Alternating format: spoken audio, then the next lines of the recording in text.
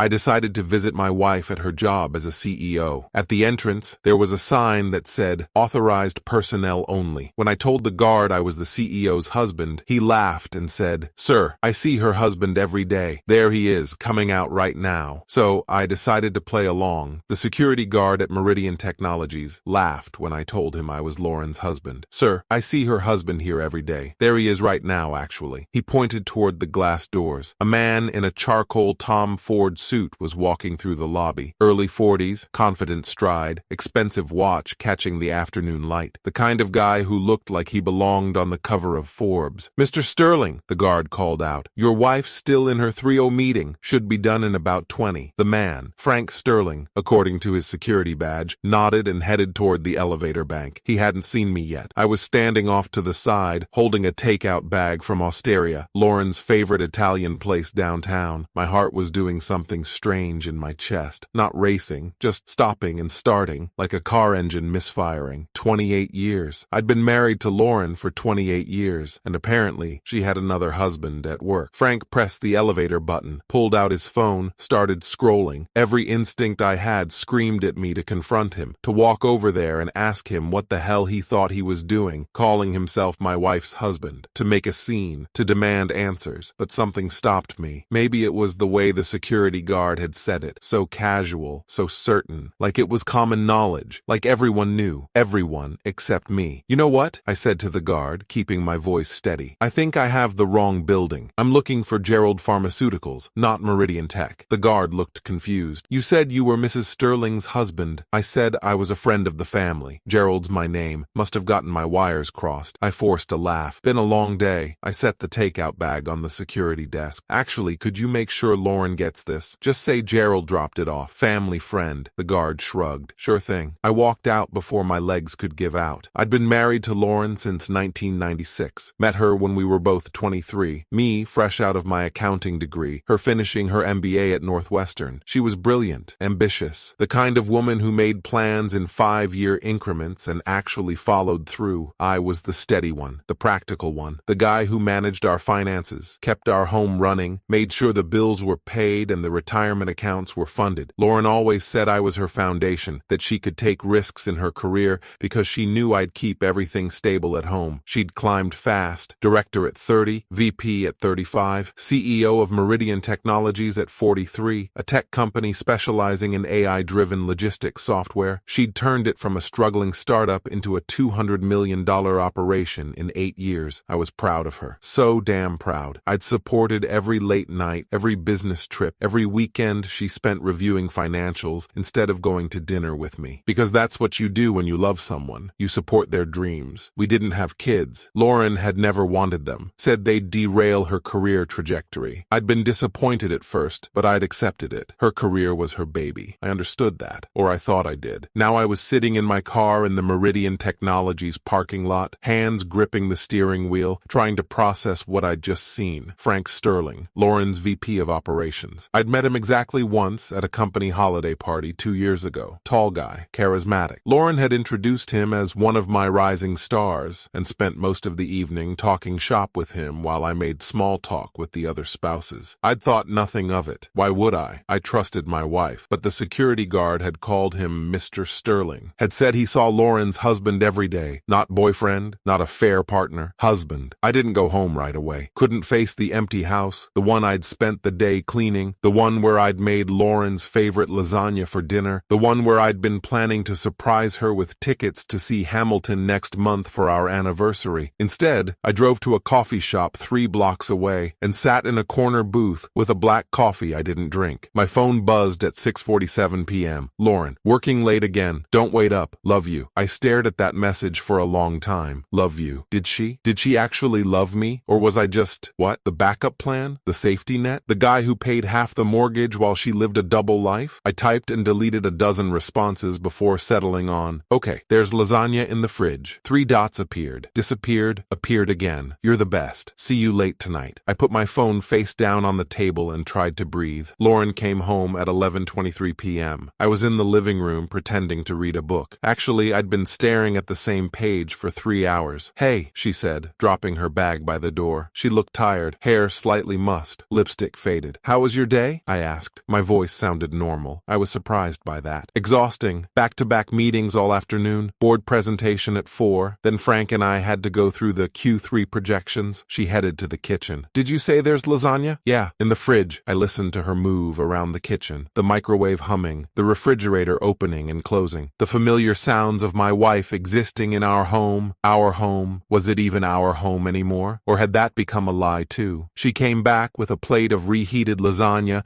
and sat in the armchair across from me. This is perfect. I'm starving. I actually stopped by your office today, I said casually. Brought you lunch from Osteria. She paused mid-bite, just for a second, a tiny hesitation that most people wouldn't notice. But I'd been married to her for 28 years, I noticed. You did? I didn't get anything. I gave it to Frank Sterling. Figured he could pass it along. Oh, she took another bite, chewed, swallowed. He didn't mention it. Maybe it got lost in the shuffle. Busy day, you know. She was lying, perfectly. Not a single crack in her composure. How is Frank? I asked. Nice guy? He's great. Best VP I've ever worked with. Really gets the vision, you know? We're in sync on pretty much everything. In sync. That's good. Important to have a strong working relationship. Absolutely. She smiled at me. The same smile I'd fallen in love with 28 years ago. Thanks for trying to bring me lunch, though. That was sweet. Anytime. We sat there for a while, her eating lasagna, me pretending to read, like a normal married couple on a Tuesday night. Except nothing was normal anymore. I waited until she was asleep. Lauren always slept deeply. Years of running on caffeine and adrenaline had trained her to shut down completely when she finally crashed. By midnight, she was out cold. I went to her study. The door was never locked. Why would it be? I was her husband. She trusted me. Her laptop was on the desk, closed but not locked. I knew her password, had known it for years. It was our wedding date, 061596. I opened the laptop, my hands shaking slightly, feeling like a criminal in my own home. Her email was already open, thousands of messages. I didn't know where to start, so I started with her calendar. The appointments looked normal at first glance, meetings, board calls, conferences, but then I started noticing patterns. Dinner with F, 7 outdoor p.m. at Il Posto. That was 2 weeks ago. Il Posto was a romantic Italian restaurant in the West Loop. Candlelit tables, live piano music, not a place you take your VP for a business dinner. Weekend retreat. Grand Geneva Resort scheduled for last month. I scrolled to the resort's website. $450 a night for the suites. Lauren had told me it was a women's leadership conference. I pulled up her credit card statements, found the charge for Grand Geneva. 2 rooms, both on the corporate card. No, wait, 1 room. The other charge was canceled. 1 room, 2 people. My stomach dropped. I kept digging. Found more dinners, more trips. A pattern spanning back nearly 3 years. But it was all coded, all deniable. Business dinners, corporate retreats, team-building exercises. Except Frank's name appeared on every single one. I closed the laptop and went to the bedroom. Stood in the doorway watching Lauren sleep. She looked peaceful, innocent. I'd trusted her completely. Never questioned, never doubted. And she'd been lying to me for 3 years. The next morning, I called in sick to work. First time in 6 years. I was a senior accountant at Monroe & Associates, a mid-sized firm in the Loop. Good job. Stable. Boring. The kind of career that pays the bills but doesn't make for interesting dinner party conversation. Lauren made 3 times what I made. I'd never resented that. Her success was our success, or so I'd thought. After Lauren left for work, kissing my forehead and telling me to feel better, I started really digging. I went through every drawer in her study, every file cabinet, every box in her closet, in the back of her jewelry drawer,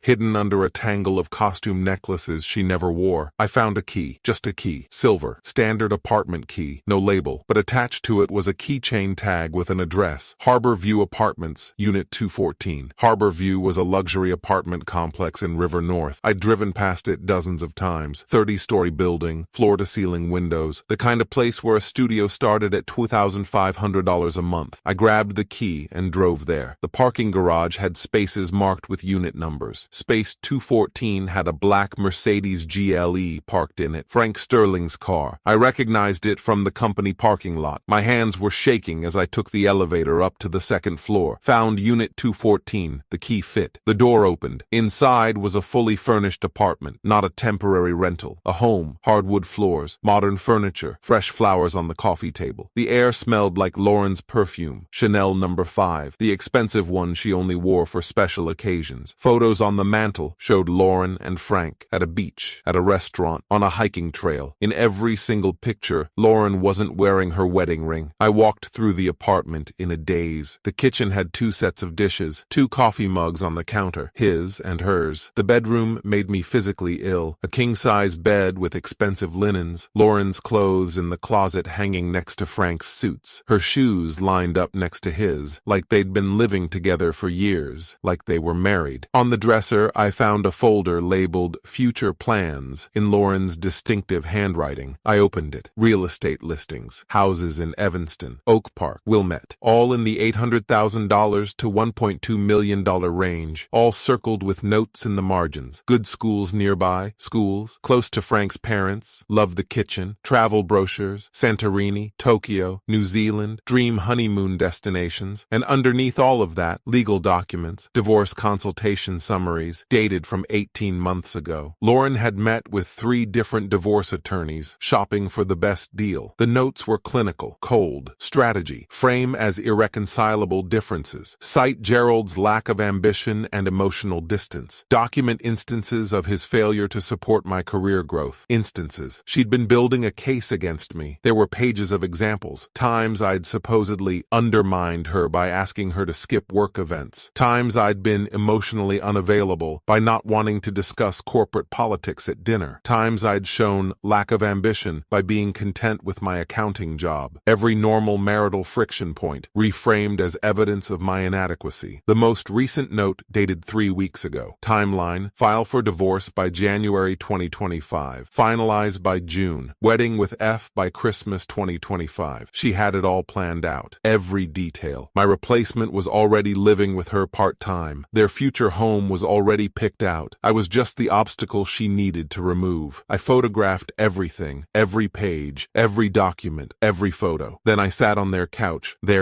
in their apartment, in their secret life, and tried to process the fact that my 28-year marriage had been a lie for at least 3 years. I went back to my car and just drove. No destination, just drove. My phone rang at 3:47 p.m. Lauren. I let it go to voicemail. She called again at 4:15 p.m., then 4:32 p.m., then sent a text. Where are you? Are you feeling better? I didn't respond. At 6 p.m., I pulled into a parking lot and finally listened to her voicemails. Hey honey, just checking in. Hope you're feeling better. Call me when you get this. Gerald. I'm getting worried. You're not answering. Are you okay? Seriously, where are you? I'm about to call hospitals. Please call me back. The concern in her voice sounded so real, so genuine. She was good, really good. I called her back. Oh, thank God, she answered immediately. Where have you been? I was so worried. Just drove around. Needed to clear my head. I'm fine. You scared me. Are you coming home? Home. What a joke. Yeah, I'll be there soon. Good. I'm leaving work early. I'll pick up Thai food on the way. Your favorite. My favorite. She still remembered my favorite food. Still pretended to care about the small details. Sounds good. Love you, she said. Yeah, I replied. You too. I hung up before she could hear the crack in my voice. That night, we ate Thai food at our dining room table. Lauren told me about her day. Some crisis with a client, a difficult board member, the usual corporate drama. I nodded in the right places, made appropriate comments, played the role of supportive husband, all while knowing that in a few months, she planned to divorce me and marry Frank Sterling. After dinner, she suggested we watch a movie. We settled on the couch, her head on my shoulder, just like we'd done 1,000 times before. Except now I could smell her perfume, the expensive one, and I knew she'd been at that apartment today, living her other life with her other husband. Gerald, she said, during a quiet moment in the movie. Yeah? Are we okay? You seem distant. Distant. That word from her notes. Part of her case against me. I'm fine, just not feeling great still. Okay. She squeezed my hand. Let me know if you need anything. I will. We finished the movie, went to bed. She fell asleep almost immediately, curled on her side. I lay awake until 3 a.m., staring at the ceiling, planning my next move. The next morning, I called in sick again. Lauren left for work at 7:15 a.m., kissing my forehead and telling me to rest. The second she was gone, I went back to her study. I'd been an accountant for 22 years. I knew how to find financial irregularities, and now that I knew what I was looking for, the pattern was obvious. Our joint checking account showed consistent deposits from both our paychecks. Mine, $6,200 monthly after taxes. Lauren's, roughly $11,000 monthly after taxes. But our expenses, mortgage, utilities, groceries, insurance, everything, came to about $8,500 monthly. We should have been saving about $8,700 a month. Over 3 years, that should be over $300,000 in savings. Our savings account had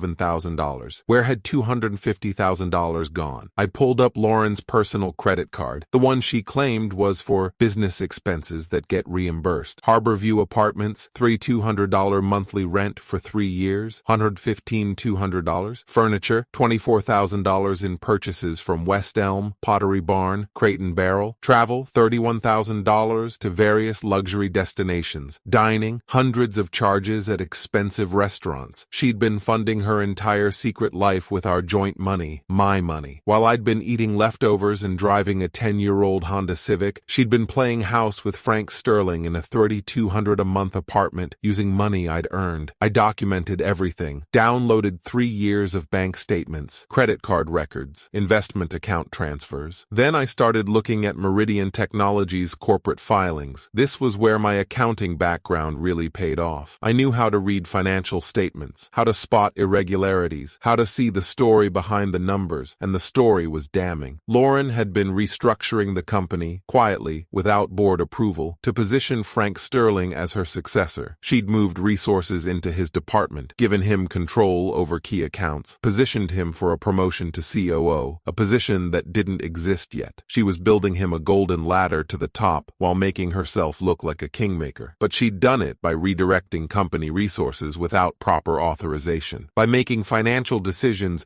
that benefited her personal relationship rather than shareholder interests. That was corporate misconduct, possibly fraud. I took screenshots of everything, organized it into folders, built a timeline. Then I called Richard Morrison. Richard Morrison was the chairman of Meridian Technologies' board of directors. I'd met him twice at company events. Retired hedge fund manager, late 60s, sharp as a tack. Gerald Hartman, I said when he answered. Lauren's husband. We met at the holiday party 2 years ago. Of course. How are you? Is Lauren all right? She's fine. I'm actually calling about some concerns I have regarding the company. A pause. What kind of concerns? The kind that involve unauthorized corporate restructuring and misuse of company resources. Do you have time to meet today? Another pause. Longer this time. I can be at your office in 2 hours. I work from home. I'll text you the address. Richard Morrison arrived at 2 p.m. sharp. Tall, silver-haired, wearing a suit that probably cost more than my car. I offered him coffee. He accepted. We sat in my living room, the room where Lauren and I had watched movies and celebrated anniversaries and built a life together. The room that was apparently just a set piece in her double life. Show me what you've got, Richard said. I pulled out my laptop and walked him through everything. The apartment, the photos, the divorce planning documents, the corporate restructuring. His expression grew darker with every revelation. Jesus Christ, he muttered when I showed him the financial irregularities. She's been redirecting capital expenditure budgets without board approval, as far as I can tell, and specifically to benefit Frank Sterling's department. Why would she do that? I pulled up the photos from the apartment. Richard's jaw tightened. They're having an affair? More than that. They're living together part-time. She's planning to divorce me and marry him, and she's been positioning him to take over the company. That's a massive conflict of interest. She has a fiduciary duty to the board, to the shareholders. He stopped, ran a hand through his hair. Do you have copies of all this? Everything's in this folder. I handed him a USB drive. Bank records, corporate filings, photos, timeline, all of it. I need to call an emergency board meeting. I figured. He stood up. Gerald, I'm sorry for what she's done to you personally, but also, thank you. If this had gone unchecked much longer, the damage to the company could have been catastrophic. I'm not doing this for revenge, I said, though that was partly a lie. I'm doing it because it's the truth, and I'm done pretending not to see what's right in front of me. Richard shook my hand. I'll be in touch. Lauren came home at 6:15 p.m. Earlier than usual. I was making dinner, chicken stir-fry, something simple, when she walked in. One look at her face told me Richard had already called the emergency board meeting. You son of a bitch, she said. Her voice was shaking. You called Richard Morrison? My own husband is trying to destroy my career? I kept stirring the vegetables. Didn't turn around. I shared some information I thought the board should have. That's all. Information? You showed him private photos.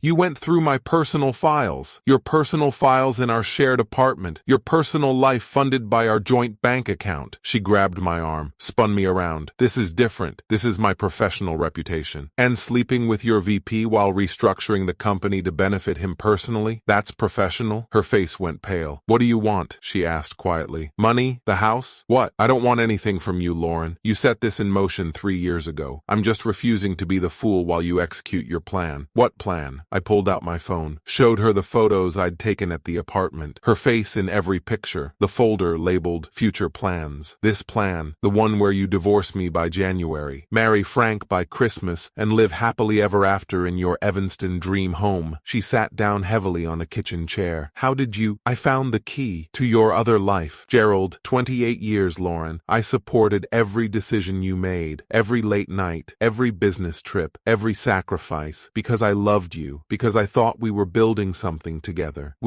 No, you were building an exit strategy, and I was funding it. She started crying. Real tears this time, not the manipulative kind. I'm sorry. I never meant for it to happen like this. How did you mean for it to happen? Were you going to tell me before or after you filed for divorce? She didn't answer. That's what I thought. I turned off the stove, grabbed my keys. Where are you going? She asked. Hotel. I'll have divorce papers drawn up by Monday. Wait, there's nothing left to say, Lauren. You made your choice years ago. I'm just catching up. I filed for divorce that Monday. Hired Jennifer Kowalski, a family law attorney with 23 years of experience. She looked at my evidence and whistled. This is one of the clearest cases of marital misconduct I've ever seen. The secret apartment, the financial deception, the documented timeline of her planning to leave you. You're going to do very well in this divorce. I don't care about doing well. I just want out. You should care. She used marital funds to support an affair. That's financial infidelity. Illinois law takes that seriously. The board meeting happened that same afternoon. I wasn't there,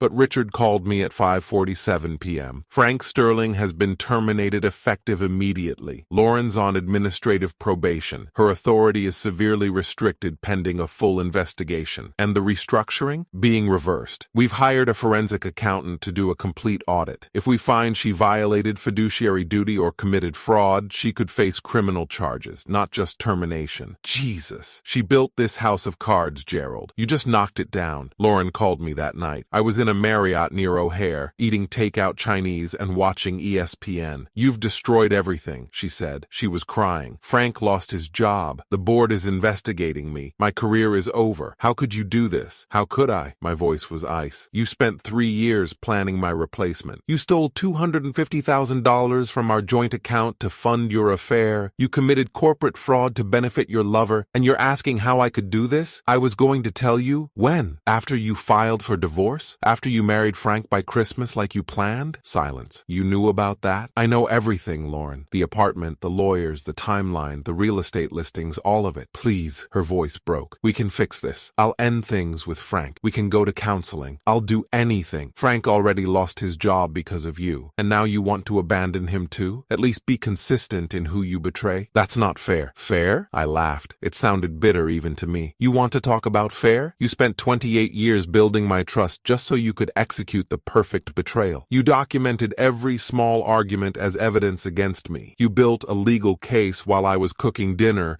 and doing laundry and supporting your career. I loved you. No, you loved what I provided. Stability, financial security, a foundation you could stand on while you built your empire. And the second you found someone who fit your life better, you started planning to trade me in. It wasn't like that. It was exactly like that. And you know what the worst part is? You were going to make me the villain. All those notes about my lack of ambition, my emotional distance, my failure to support your career. You were going to divorce me and make it my fault. She was sobbing now. Please, Gerald. 28 years. That has to mean something. It did. Past tense. You killed it when you got the key to apartment 214. I hung up. She tried calling back 6 times. I blocked her number. The divorce took 4 months. Lauren fought it initially, but Jennifer was right. The evidence was overwhelming. I got the house. She got to keep her car and her damaged reputation. The board investigation concluded that Lauren had violated her fiduciary duty by restructuring the company to benefit her personal relationship. She was forced to resign in March 2025. No golden parachute, no generous severance, just gone. Frank Sterling filed a lawsuit against both Lauren and Meridian Tech, claiming wrongful termination. It was dismissed. Turns out having an affair with your CEO and benefiting from unauthorized corporate restructuring